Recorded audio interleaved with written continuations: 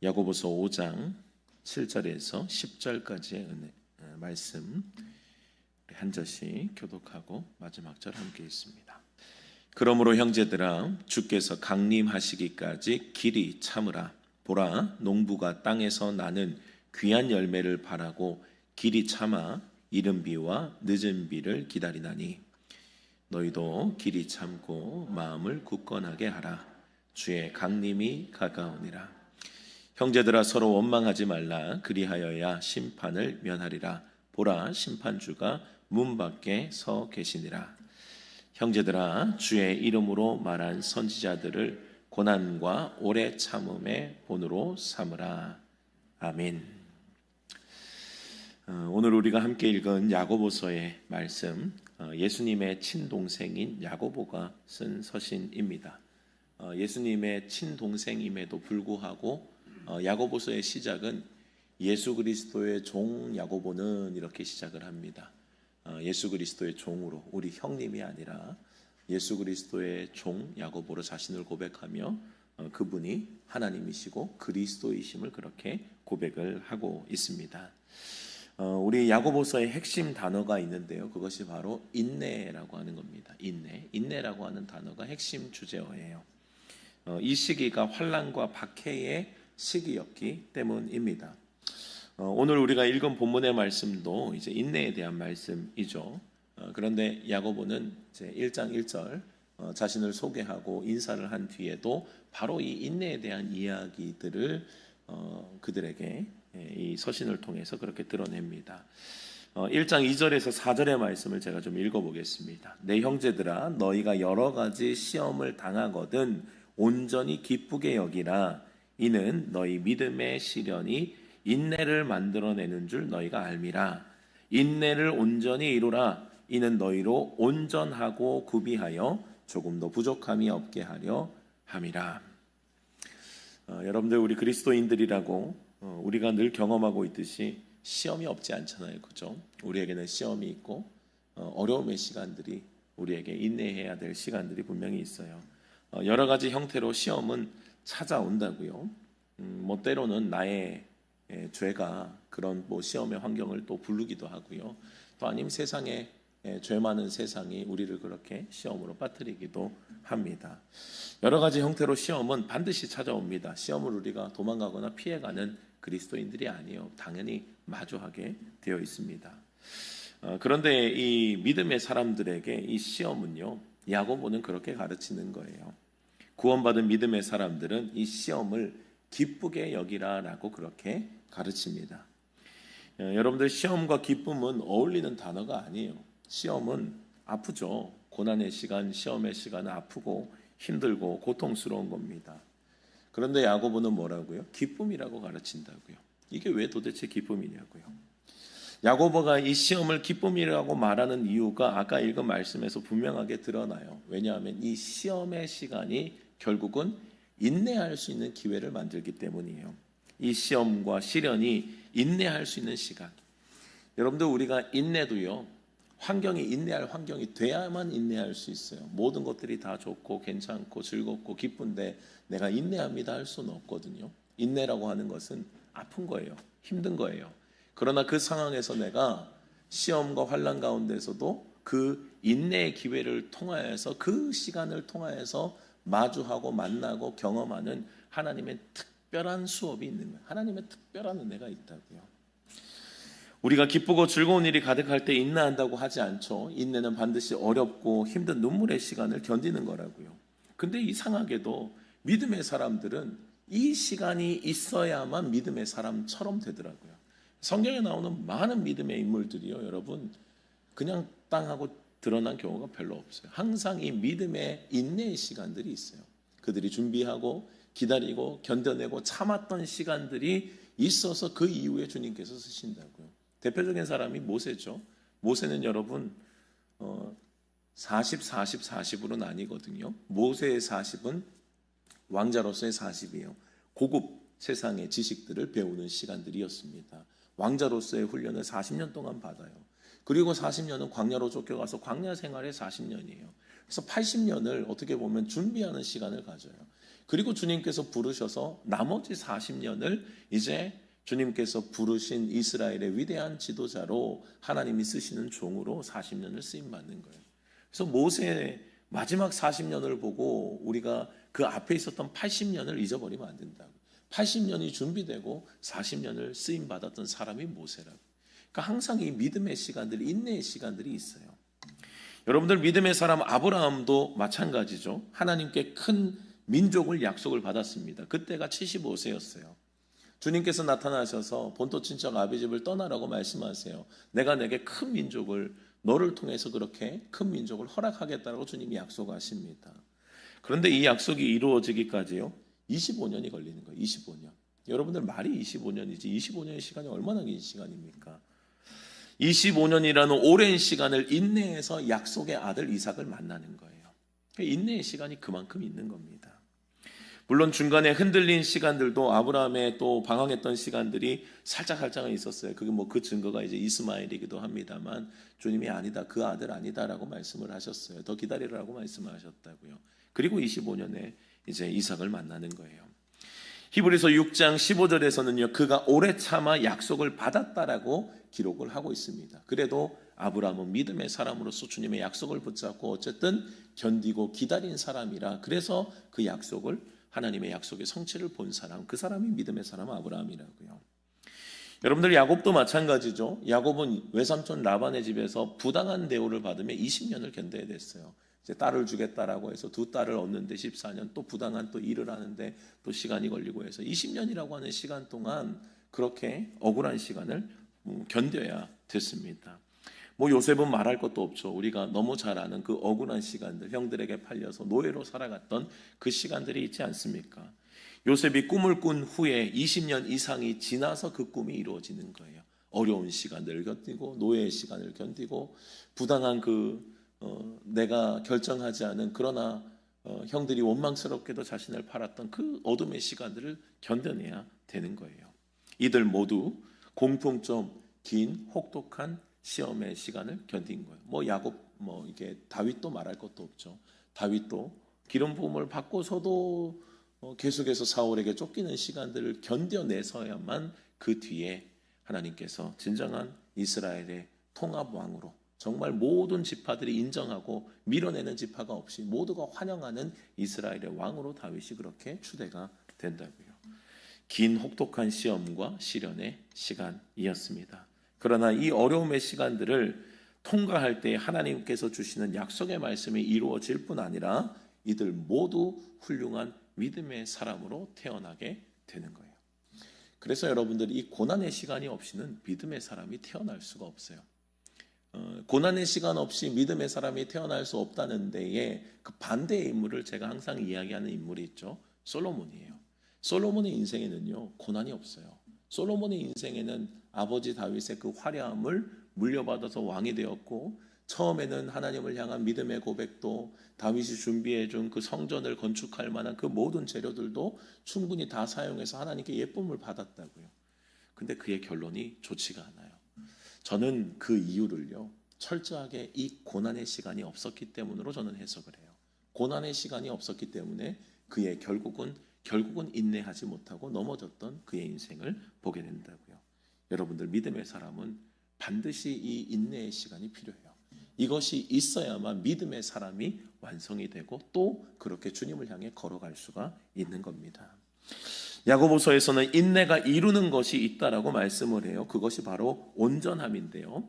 아까 읽었던 말씀 중에 인내를 온전히 이루라 이는 너희로 온전하고 구비하여 라고 말씀을 하거든요. 인내를 온전히 이루래요.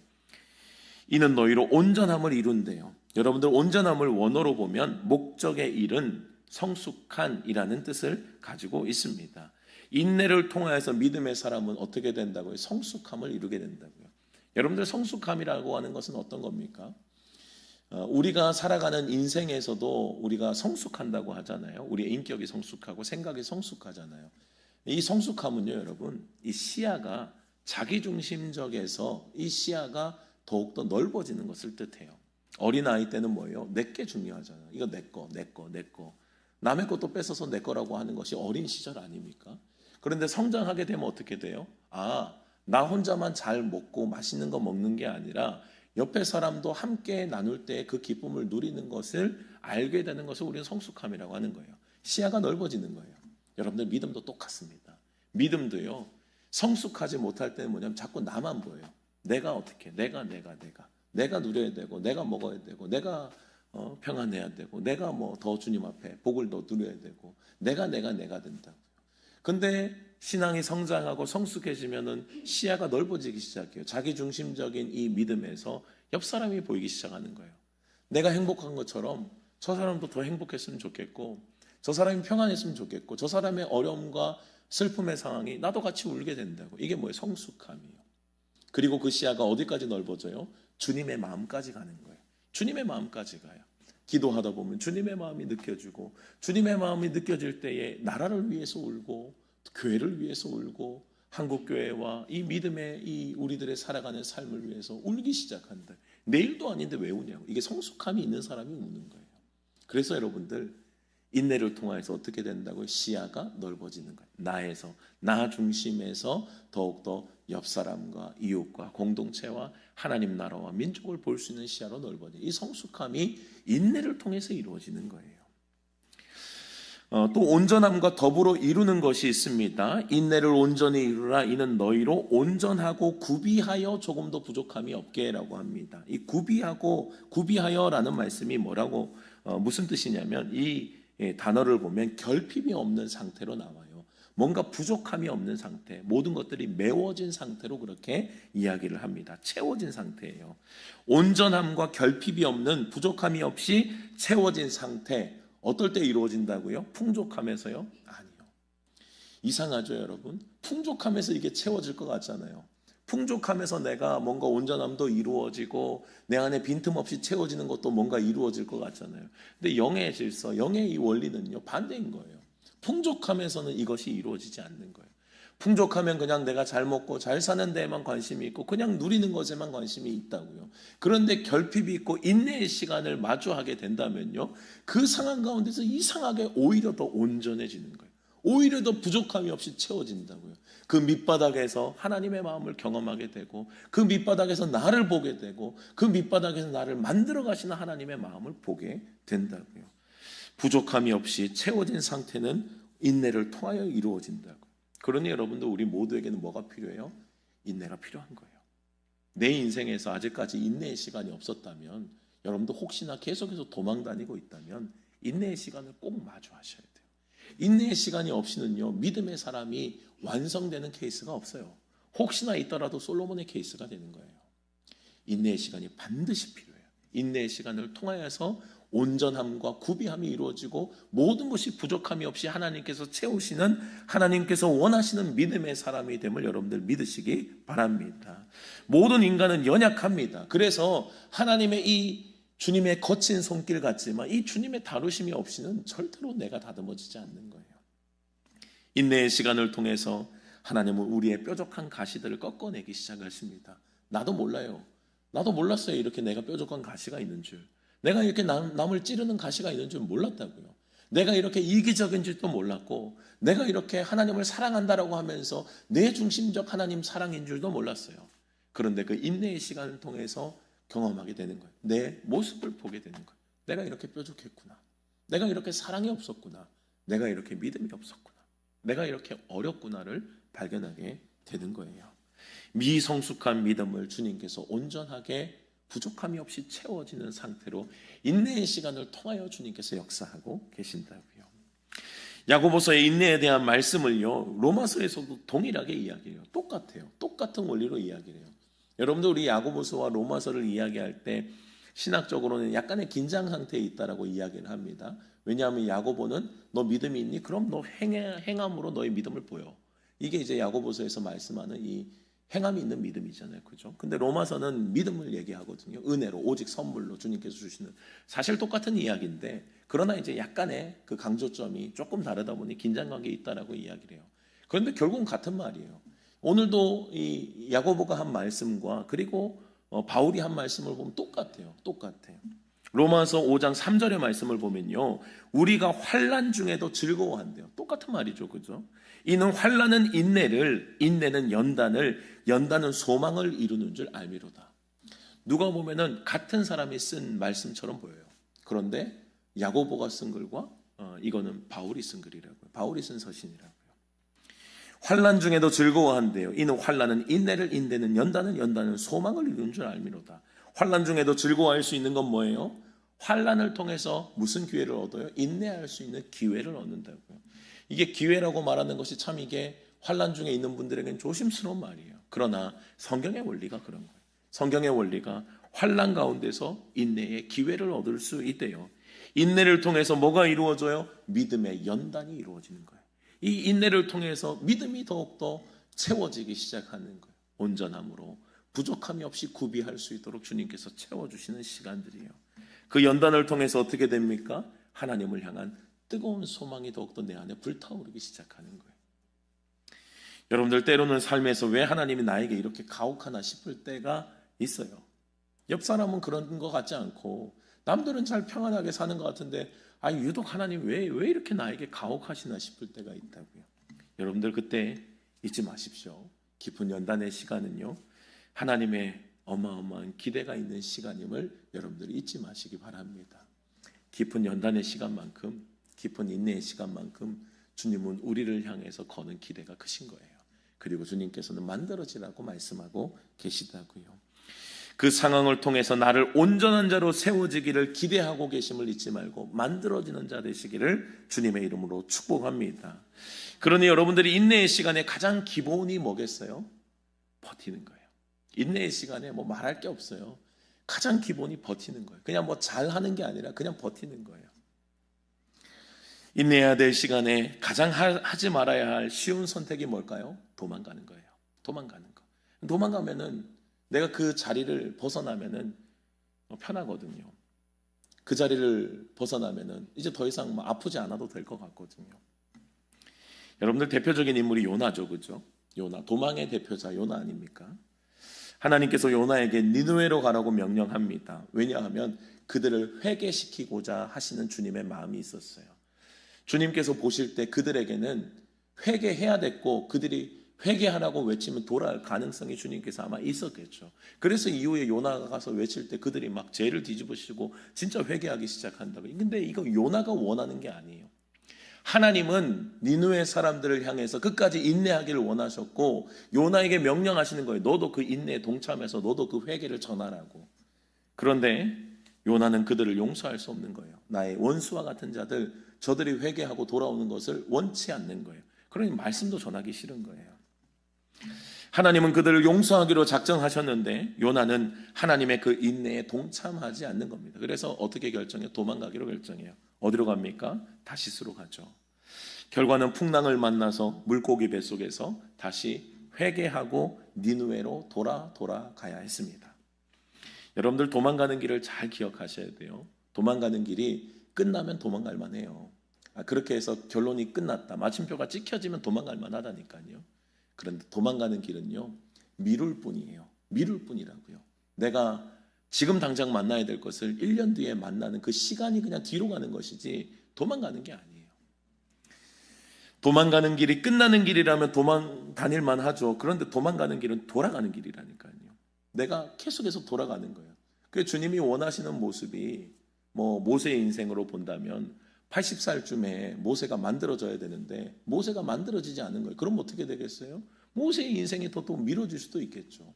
예를 들면 90살, 100살까지 주님이 기다리셔야 되는 거겠죠. 여러분들 우리가 주님의 말씀 앞에 도망간다면요, 돌아가는 거예요. 이스라엘 백성들이 가나안 땅에 들어갔는데 40년이나 걸릴 거리입니까? 절대로 그 정도 거리가 아니에요. 그런데 그들은 가나안 땅에 들어갔는데 40년이 걸린 거예요. 왜요? 순종 안 해서 그래요. 순종 안 해서. 하나님의 말씀 앞에 바르게 반응하지 못했고 그들이 만들어지지 못했고 하나님의 백성다움이 그들에게 준비되지 못하니까 주님이 돌리시는 거예요. 40년 동안. 40년 동안 돌리는 것은 여러 가지 의미가 담겨 있어요. 성경 안에서 드러나는 것도 여러 가지 의미가 있잖아요. 첫 번째는 뭐예요? 불순종한 그들 1세대들이 죽는 시간이 40년이에요. 그리고 두 번째는 뭡니까? 그 광야 생활을 통해서 너희가 내 말을 지키는지 지키지 않은지를 확인했던 시간들이에요. 그러니까 하나님의 말씀대로 길들였던 시간이라고. 그래도 가나안 땅에 들어가서 안 돼요. 그러니까 하나님이 아무리 40년 동안 돌리고 훈련하고 그들을 이제 좀 어려운 환경 가운데 몰아놓고 막 주님 기적 보여주시고 모든 걸 해도요, 가나안 땅에 들어가니 그래도 안 되더라고요. 그 주님께서 주시는 그 가나안 땅이 원래는 직진으로 그냥 이렇게 그냥 쭉 가야 그 가서 차지할 땅이었는데 그 40년 돌아서 들어가는 거예요. 40년 돌아 들어가도 준비되지 못했던 그들의 모습을 보게 된다고요. 여러분들, 그래서 도망가는 것은 돌아가는 것이지 피할 수 있는 게 아니에요. 믿음의 사람은 결국 다시 돌아오게 돼 있어요. 내가 믿음의 사람이라면 주님이 다시 찾으신다고요. 주님이 준비하신, 하나님이 준비하신 큰 물고기는 피할 수 없어요. 다시 그 뱃속에서 회개하고 돌아오게 되는 거예요. 그래서 인내의 시간에서 여러분들 가장 해야 될 것은 순종이 최선이에요.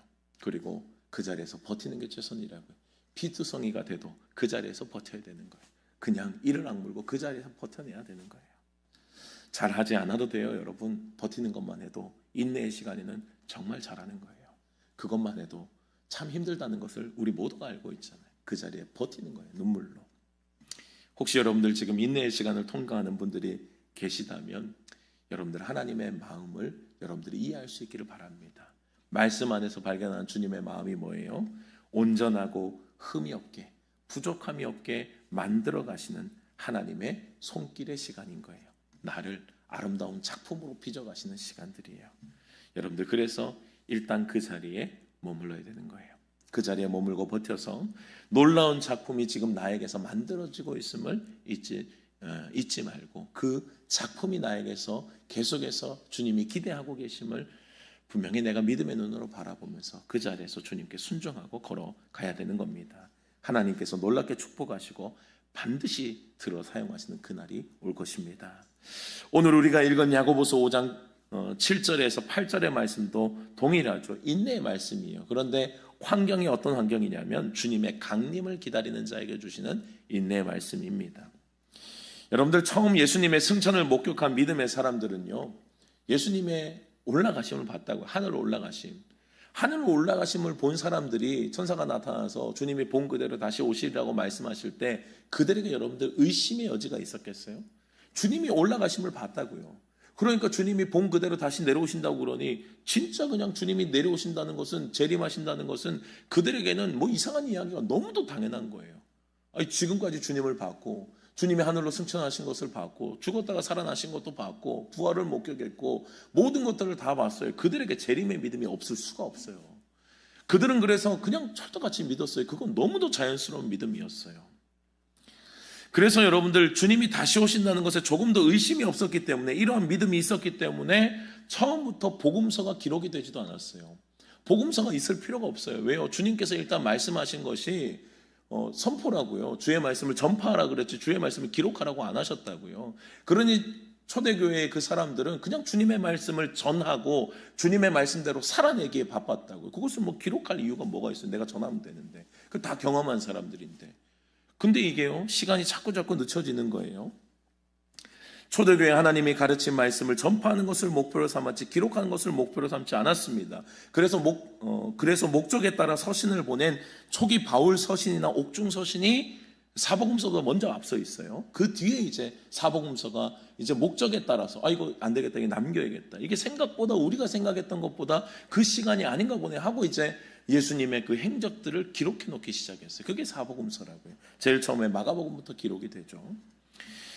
누구보다도 초대교회 사람들은 여러분들 예수님의 재림을 분명하게 확신했다고요. 예수님의 재림에 대해서 의심하지 않았어요. 근데 문제는 예수님의 재림이 생각보다 늦어지는 거예요. 생각보다. 그들은 주님이 하늘 올라가시면서 곧 다시 오신다고 하니까 진짜 금방 오실 줄 알았다고. 자기 시대에 올 줄 알고 그렇게 주님을 기다리면서 막 기쁨과 즐거움으로 마라나타 마라나타 하고 있었다고요. 그런데 생각보다 재림이 늦어지는 겁니다. 그래서 재림이 지나갔다라고 하는 거짓 교사들이 나타나기 시작하고요, 재림이 없다라고 하는 사람들도 나타나기 시작하는 거예요.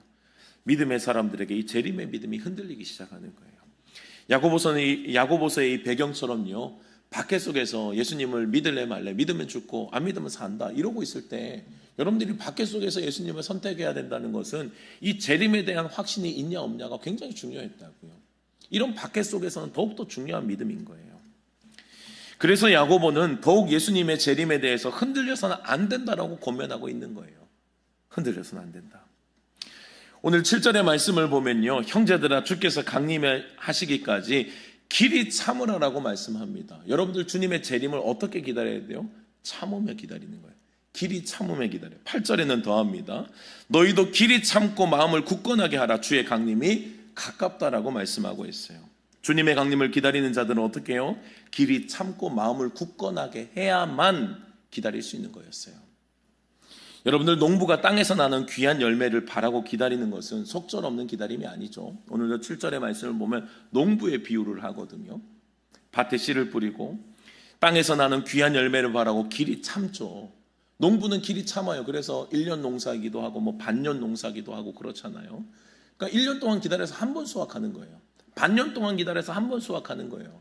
그런데 농부가 여러분, 난다는 소망 없이, 분명히 열매를 거둔다라고 하는 소망 없이, 속절없이 그냥 계속해서 뿌리기만 하겠습니까? 아니라고요. 농부는 확신이 있어요.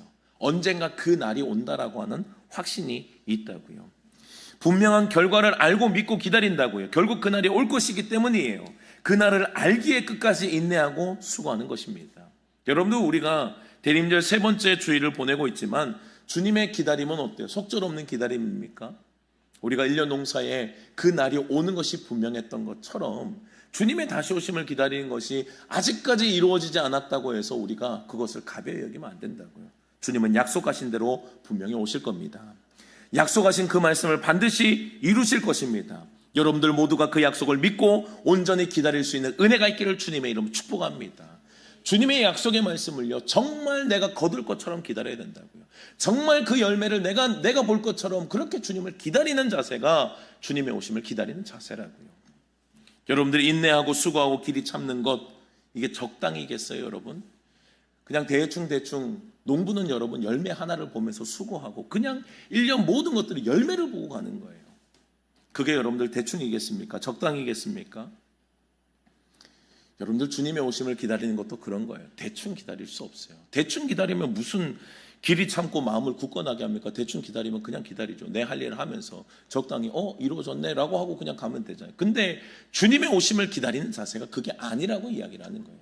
여러분들, 우리가 신앙생활을 어떻게 해야겠어요? 여러분들, 지금 시대는 신앙생활하기 어려운 시대가 아니죠. 신앙생활하기 적당하게 괜찮은 시대입니다. 그런데 제대로 신앙생활하기는 어려운 시대예요. 제대로 신앙생활하기.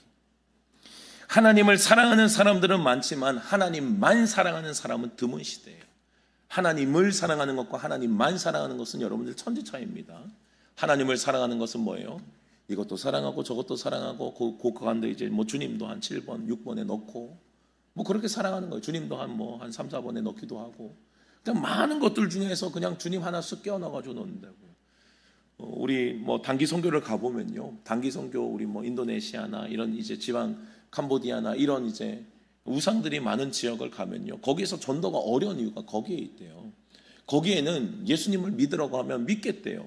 믿겠다고 하고 결단한대요. 근데 그들이 믿겠다고 하는 것은 그냥 많은 신들 가운데 거기에 예수 신을 하나 더 넣는 거예요. 그러니까 그게 오직 예수가 안 되는 거예요. 하나님만 섬기는 게 안 된다고요. 그래서 우리 친구 선교사님과도 그때 대화를 하면서도 그런 얘기를 하더라고요. 그게 제일 어렵다고 하더라고요. 예수님을 믿는다고는 하는데 예수님만 믿지 않는다고 하더라고요. 많은 신들 가운데 그냥 예수 신 하나도 놓고 그냥 그거를 똑같이 섬기고 있대요. 하나님을 사랑하는 것과 하나님만 사랑하는 것은 여러분 천지차이예요. 하나님을 사랑하는 신앙은요, 하나님을 사랑하는 신앙은 적당히 타협할 수 있지 않겠어요? 이것도 사랑하고 저것도 사랑하는데요. 바쁠 때는 얼마든지 예배, 기도, 말씀 얼마든지 뒤로 미룰 수 있죠. 그냥 내 생활에 급한 대로 먼저 우선순위 하고 나중에 이제 생각나면 이제 또 주님 찾고 그런 거예요. 길이 참거나 마음을 굳건하게 하는 것과는 전혀 거리가 멉니다.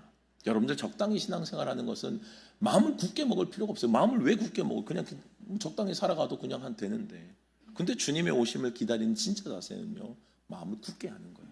마음을 굳게 하고 길이 참아서 주의 강림이 가까우심을 알고 그렇게 기다리는 자세라고요. 하나님만 사랑하는 신앙생활이에요. 길이 참고 마음을 굳건하게 해야만 주님만 사랑할 수 있어요. 지금 시대, 지금 같은 시대 정신을 차리지 않으면 세상 가운데 얼마든지 주님을 사랑하는 신앙으로 살아가요. 그러나 주님은 말씀하세요. 주님만 사랑하는 신앙생활로 나아가야 한다고. 여러분들이 이것이 완벽하다는 말이 아니죠. 인간은 이미 완벽할 수가 없습니다. 그러나 마음은 어떠해야 돼요? 여기서 타협할 수가 없어요. 여기서 물러나면 안 된다고요. 내가 주님만 사랑하고 주님을 위해서 살아가는 이 나의 중심과 모든 목표와 방향이 나의 영원한 삶을 두고 살아가는 거라고요. 내가 이후에 주님을 만날 그 준비하면서 살아가고 지금 오늘도 주님이 오실지라도 주님 앞에 부끄러움이 없는 나의 삶을 준비하면서 살아가는 삶이 길이 참고 인내하고 굳건하게 마음을 굳건하게 해서 주님 앞에 살아가는 자세라고요. 이 인내의 자세, 이 결단의 자세가 있어야 되는 거예요. 다시 오실 주님 앞에 부끄러움이 없이 기름 준비한 처녀처럼 언제나 준비된 삶으로 준비된 믿음으로 주님 앞에 서 있어야 되는 겁니다. 제가 사역하는 한 우리 교회에 변하지 않는 표가 있어요. 하나님이 가장 기뻐하시는 교회이죠. 하나님이 가장 기뻐하시는 교회. 갈라디아서 1장 10절의 말씀, 이제 내가 사람들에게 좋게 하랴 하나님께 좋게 하랴 사람들에게 기쁨을 구하랴. 내가 지금까지 사람들의 기쁨을 구하였다면 그리스도의 종이 아니니라. 사도 바울은 하나님을 사랑하는 것에 절대로 타협하지 않았어요. 하나님만 사랑했던 사람. 옆에서 얼마나 수많은 유혹들이 있었겠어요. 아유, 바울 선생님, 좀 적당히 우리도 좀 배려를 하고 우리들의 그 말씀을 받는 우리들의 감정도 좀 헤아려 주고, 너무 거친 말보다도 조금 우리가 소화할 수 있는 말도 좀 주고, 옆에서 그런 얘기들 했지 않겠어요? 우리 좀 위로도 좀 해주고, 이 정도면 괜찮다라고도 좀 해주고, 잘하고 있다라고도 좀 해주고, 좀 그렇게 해주라고 옆에서 그런 이야기를 하지 않았겠어요? 근데 사도 바울은 나는 지금 누구의 기쁨을 위해서 살아가고 있는지 나는 분명한 목표가 있다는 거예요. 나는 사람들 기쁨 안 취할 거라는 거예요. 하나님의 기쁨을 향해서 내가 해야 될 몫을 하나님만 사랑하는 삶을 살아가겠다는 사도 바울의 위대한 결단 아니에요. 제가 걸어오면서 우리 세종교회 표를 정하고 이렇게 걸어가려고 나름 애쓰면서 전 완벽하지는 않은 것 같아요. 지금까지 정말 막 치열하게 살아온 것 같지만, 그러나 그렇다고 해서 모든 것들이 완벽했다라고는 말하기는 어려울 것 같아요. 제가 걸어오면서 느낀 것은요, 정말 쉽지 않아요. 정말 쉽지 않아요. 현실과 적당히 타협하지 않는 것, 사람을 바라보지 않고 하나님만 바라보는 것, 말씀의 길 안에서 선택하고 걸어가는 것은 제가 생각했던 것보다 훨씬 어려운 길이더라고요. 여러분들 믿음의 길도 그런 것 같아요. 우리 개인의 믿음의 길, 내 개인의 믿음의 길이 주님 앞에서 적당히가 아니라 주님만 사랑하는 신앙생활로 주님 앞에 언젠가 설 것을 준비하면서 내가 철저하게 말씀에 비춰서 나의 삶을 보듬어가고 나의 삶 가운데서 언제나 먹을 떡과 먹지 말아야 될 것을 분별하며 하나님의 말씀 붙잡고 뜨겁게 기도하며 살아가는 인생, 생각보다 쉽지 않다고요. 생각보다. 여러분들 하나님만 사랑하고 길이 참고 인내하고 마음을 굳건하게 하는 것 쉽지 않아요. 그래서 하나님도 그것을 분명히 우리에게 하실 것이라고요. 그래서 오늘 야고보서에 보면요, 하나님께서 우리에게 허락하시는 은혜가 있어요. 바로 이른 비와 늦은 비입니다. 오늘 말씀을 보면요, 농부의 비유를 통해서 농부가 땅에서 나는 귀한 열매를 바라고 길이 참아 이른 비와 늦은 비를 기다린다라고 그렇게 말씀을 합니다. 여러분들이 이스라엘 농경사회에서 이른 비는요, 가을이에요. 가을에 10월, 11월경에 내리는 비를 말합니다. 이 비가 있어야만 파종이 가능해요. 씨를 뿌릴 수가 있어요. 씨를 뿌릴 수도 있고 이 씨가 또 땅에 깊이 박힐 수가 있는 것이 이른 비가 있어야만 가능해요. 늦은 비는요, 봄 3월에서 4월경에 내리는 비인데요, 이미 자란 곡식들을 여물게 하는 수확 직전의 비라고 합니다. 이른 비는 시작의 은혜이고요, 늦은 비는 결실의 은혜를 뜻합니다. 여러분들이 이른 비와 늦은 비는 열매와 연결이 되어 있지 열매 자체는 아니에요. 열매 자체가 아니에요. 이것은 결실할 수 있도록 도우시는 하나님의 은혜를 뜻하는 거예요. 여러분들 주님의 다시 오심을 기다리며 하나님만 사랑하며 살아가는 것 참 쉽지 않죠. 근데 주님께서 그때그때마다 우리에게 주시는 은혜가 있어요. 이른 비와 늦은 비의 은혜가 있다고요. 이건 뭐예요? 결실할 수 있도록 도우시는 주님의 은혜예요. 시기 적절한 은혜. 내가 넘어질 만할 때, 내가 쓰러질 만할 때, 감으로 비틀어져 파종할 수 없는 그런 상황 가운데, 씨를 뿌릴 수도 없는 그 상황 가운데 주님이 우리에게 이른 비를 허락해 주시는 거예요. 늦은 비도 마찬가지로 시기적절한 은혜잖아요. 내가 힘들고 방황하고 있을 그때에 주님께서 조금만 참아라, 곧 주님의 열매가 맺힐 것을 그렇게 주님께서 우리에게 말씀하시며 이른 비와 늦은 비의 은혜를 주신다고요. 우리가 지치고 포기하지 않도록 끝까지 인내하고 믿음의 길을 걸어갈 수 있도록 주님께서 허락하시는 은혜예요. 여러분들 한 해도 잘 생각해 보세요. 때로는 인내의 시간 가운데 고통과 눈물의 시간들이 있거든요. 참 이상하죠. 주님의 이른 비와 늦은 비의 은혜가 그냥 변명할 수 없게 발견이 돼요. 변명할 수가 없어요. 누가 봐도 주님의 이른 비와 늦은 비의 은혜예요. 시기적절한 은혜였고 내가 버틸 수 있도록 주님께서 촉촉하게 내려주시는 은혜의 비였어요. 그거 있어서 버틸 수 있었던 주님의 은혜들, 이른 비와 늦은 비의 은혜입니다. 때로는 상처투성인 우리들의 삶과 언제 끝날지 모르는 고난의 길 가운데서도 하나님께서 위로하시는 이른 비와 늦은 비의 은혜가 있음을 여러분들 잊지 마시기 바랍니다. 결실할 수 있도록 도우시는 주님의 은혜예요. 때로는 하나님만 사랑해야 될 우리들이 하나님을 사랑하고 세상에 분주하고 바빠 있는 우리들에게 주님은 다시금 잊지 않으시고 이른 비와 늦은 비를 내려주시는 거예요. 너 결실할 때가 있지 않겠니? 그 열매를 맺어야 될 때가 있지 않겠니? 그때까지 네가 인내하고 기다려야 되지 않겠니? 주님께서 다시 정신 차리게 하시는 은혜, 깨닫게 하시는 은혜, 다시금 주님 앞에 돌아갈 수 있는 은혜를 우리에게 주신다고요. 올 한 해도 여러분들 돌아보면서 고난의 길 가운데 이른 비와 늦은 비의 흔적을 발견하는 하나님의 우리에게 주시는 은혜를 발견한다고요. 지치지 않도록 힘을 주신 주님의 은혜입니다. 이 주님의 함께 하심을 바라보면서 아무것도 나아지지 않을 것 같은 상황일지라도 마음을 굳게 하고 주님을 향해 주님의 다시 오심을 기다리는 저와 여러분들이 될 수 있기를 주님의 이름으로 축원합니다. 여러분들의 이른 비와 늦은 비는 내가 할 수 있는 게 아니에요. 그냥 주님께서 주시는 은혜예요. 하나님께서 내리시는 은혜. 내가 조장하고 내가 뭔가를 한 것이 아니라 주님의 그냥 결실할 수 있도록 도우시는 주님의 크신 은혜. 내 믿음으로 여러분들 고난의 시간, 인내의 시간 어떻게 버텨요? 눈물 나는 그 시간, 포기하고 싶고 도망가고 싶은, 요나와 같이 도망가고 싶은 그때가 여러분들 얼마나 많습니까? 그러나 주님의 은혜가 있기 때문에 버티는 거예요. 그 주님의 은혜를 붙잡고 여러분들 길이 참고 마음을 굳건하게 하여 믿음의 길을 온전하게 완주할 수 있는 저와 여러분들이 될 수 있기를 축복합니다. 우리가 걸어가는 모든 믿음의 길을 여러분들 잘 기억하셔야 될 게, 주님은 항상 본인이 가지 않은 길을 우리에게 가라고 말씀하시지 않아요. 주님은 항상 본인이 먼저 가시고 너희도 이와 같이 하라요. 주님이 걸어가시고 난 다음에 너희도 이와 같이 나와 똑같이 이 십자가의 길을 붙잡고 걸어오라고 주님 말씀하신다고요. 우리에게 먼저 보여주신 인내의 본, 믿음의 본이 있음을 잊지 마셔야 돼요. 히브리서 12장 2절, 믿음의 주요 또 온전하게 하시는 이인 예수를 바라보자. 그는 그 앞에 있는 기쁨을 위하여 십자가를 참으사 부끄러움을 개의치 아니하시더니 하나님 보좌 우편에 앉으셨느니라. 예수님이 우리를 위해 먼저 보여주신 인내의 여정이에요. 제자들이 다 떠나고요, 주님은 벌거벗음으로 수치를 당하는 시간이에요.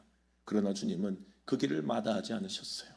기꺼이 천지의 창조주이신 그 하나님이 우리를 위해서 십자가의 모진 고난과 수치와 모욕을 침뱉음을 당해주셨다고요.